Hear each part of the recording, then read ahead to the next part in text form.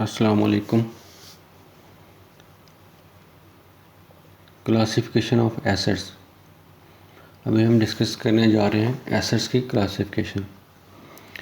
Assets are commonly classified in 3 ways on the basis of convertibility. Convertibility में शामिल है current and non current asset, physical existence, इसमें है tangible and intangible assets, और usages, इसमें है operating and non operating assets. अब one by one करके डिस्कस करते हैं। हम पहले कन्वर्टिबिलिटी को डिस्कस करेंगे और इसके साथ साथ इंशाल्लाह हम डिस्कस करेंगे rule of debit and credits relating to assets. Convertibility में हम एसेट को इस तरह क्लासीफाइड करते हैं कि हम अंडरस्टैंडिंग लेते हैं कि कोई भी एसेट कितनी जल्दी कैश में कन्वर्ट हो सकता है। Classified on the base of how easy it is to convert them into cash, यानी किसी एसेट को कितनी जल्दी हम कैश में कन्वर्ट कर सकते हैं। जो फिल फॉर ये जल्दी हो जाएंगे उनको हम कहेंगे करंट एसेट, और जो टाइम लेते हैं, कुछ अर्सा लेते हैं कैश इक्विवेलेंट में कन्वर्ट होने में, तो उनको हम कहेंगे नॉन करंट एसेट्स या fix. Current assets are liquid asset. ये ऐसे एसेट होते हैं जो इजीली कैश और या कैश इक्विवेलेंट में कन्वर्ट हो सके।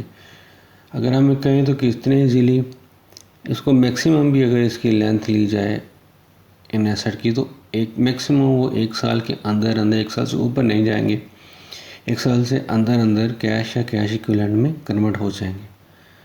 सो current asset are assets that can be easily converted into cash and cash equivalent usually within a year, 1 साल के अंदर। एग्जाम्पल इंक्लूड्स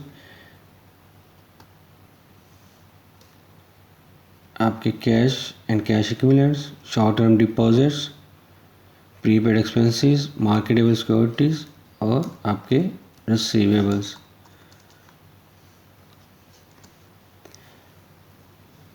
ये सारे आपके करंट एसेट्स हैं।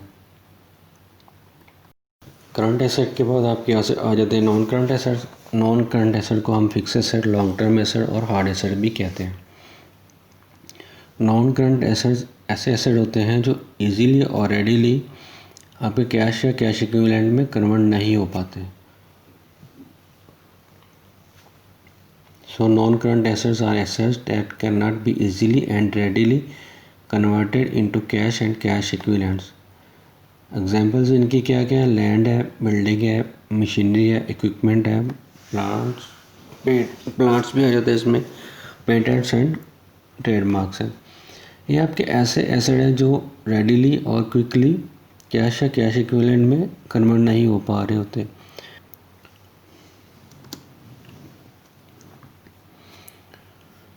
अभी हम डिस्कस कर लेते हैं rule of debit and credits for assets, और इसमें हम डिस्कस कर लेंगे